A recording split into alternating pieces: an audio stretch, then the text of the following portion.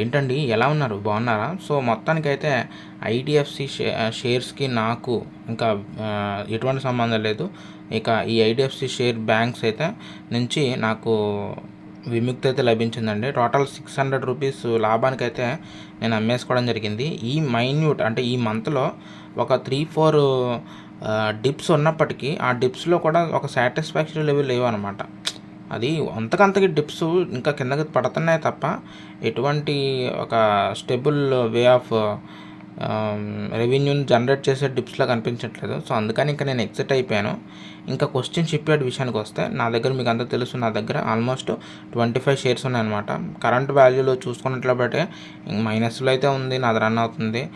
ఇది కూడా ఈ నష్టాల వేట ఎంతకాలం అసలు వంగను అని చెప్పేసి మొండికేస్తుంది. ఈ కొచ్చిన్ షిప్ యార్డ్ని ఎలాగైనా సరే వంగబెట్టి ఏంటి ఆల్మోస్ట్ లాభాలు ఎప్పుడు వస్తుందని వెయిట్ చేస్తాను అనమాట. సో మైనస్లోనే చూపిస్తుంది, చూద్దాం ఏంటనేది. అండ్ మీరు చూసుకున్నట్లయితే నా పోర్ట్ఫోలియో ఐడిఎఫ్సి షేర్ బ్యాంక్స్ అమ్మేసిన తర్వాత నాకు ఆల్మోస్ట్ 84,000లో ఇన్వెస్ట్మెంట్ అయితే అయిందనమాట, 84,000. అండ్ మైనస్ ₹2,600 మైనస్లో, అంటే 3% మైనస్లో ఉందన్నమాట. సో హోప్ అంతా రికవరీ అవుతుంది మళ్ళీ ఫాస్ట్గా. అండ్ ₹600 లాభం అనమాట ఈరోజు.